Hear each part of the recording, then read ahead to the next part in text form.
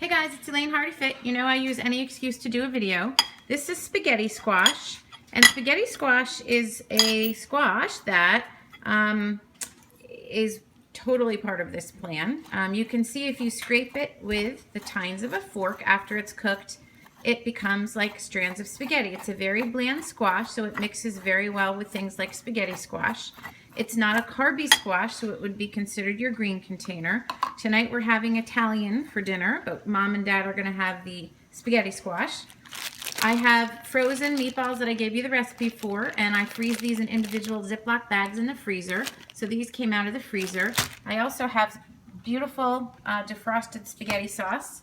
This is from the Fix8 cookbook. This is the Grandma's tomato sauce recipe, and it comes from the Fix8 cookbook that accompanies the 21-Day Fix, Hammer and Chisel, and any other program you might be doing where you're going to utilize the container system.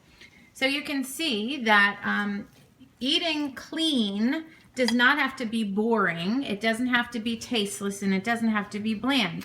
We're going to have a delicious dinner tonight. Now, I could put Parmesan cheese in here because I haven't used a blue container, so I can sprinkle Parmesan.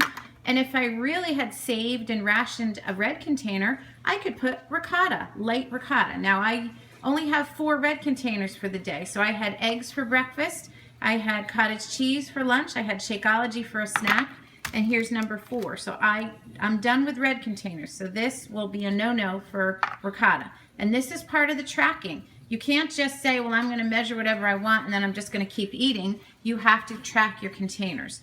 But my dinner will be extremely filling tonight, and yes, I can even put some Parmesan on if I want. So we are having Italian tonight, and it's going to be a delicious meal. So I want you guys to experiment with spaghetti squash. Thanks for watching.